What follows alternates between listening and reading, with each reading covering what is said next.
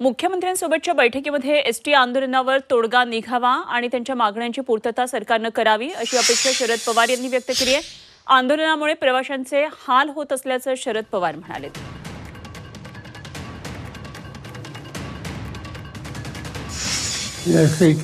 आज सकाळीच माझ्या वाचनात आले की मुख्यमंत्र्यांनी आज बैठक बोलवली आहे।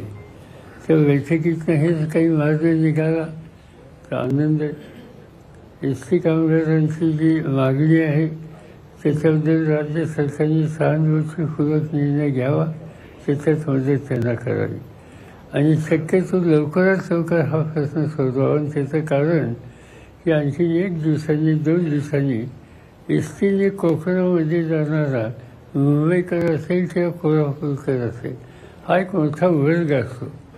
सणासुदीचे दिवस आहेत आणि त्याच्यात लोकांना यातना होऊ नयेत अशी भूमिका राज्य सरकारने घ्यावी आणि एस टी कामगारांच्या प्रश्नाची लवकर सोडवणूक करावी।